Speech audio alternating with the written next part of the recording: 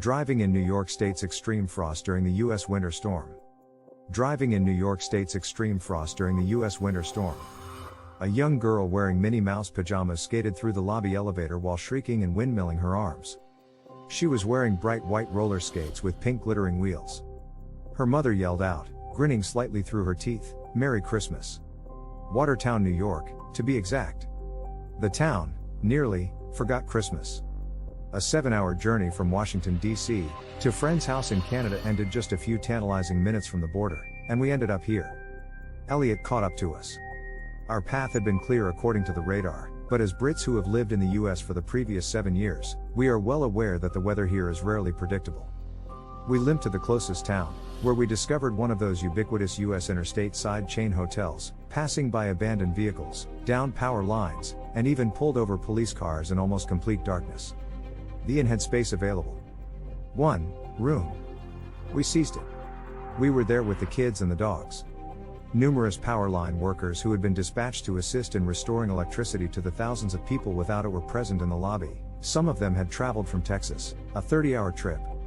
One told me that he had been climbing a pole when it broke under his weight because it was so brittle from the 34°C temps. Although he fell into a drift, he was told to stay inside for the rest of the day. The hotel had some food available, and servers had the graciousness to offer it to us while donning Santa hats. With what was left in the bar and plenty of ice, they even made an effort at a Christmas drink. The windows were shattered by the blizzard outside. After hesitantly making their way outside to relieve themselves, our dogs had to be taken back inside since the ice had burned their feet. People told us about their backgrounds and future plans as we gathered around the fire by the front desk. A young man showed me a small square box in his rucksack as he was walking to his girlfriend's house. Instead, he suggested, it will be a New Year's Eve proposal. The hotel chef had worked 4 nights and 4 days straight. In case they couldn't bring someone else in to take his place, they didn't want him to leave. The benefit? He claimed that since there wasn't much food left, there wasn't much to prepare.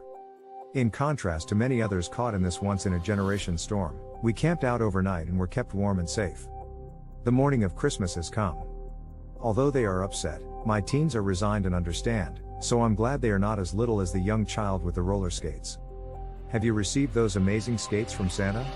As the young girl rolled by laughing, I questioned her. Yes, she replied.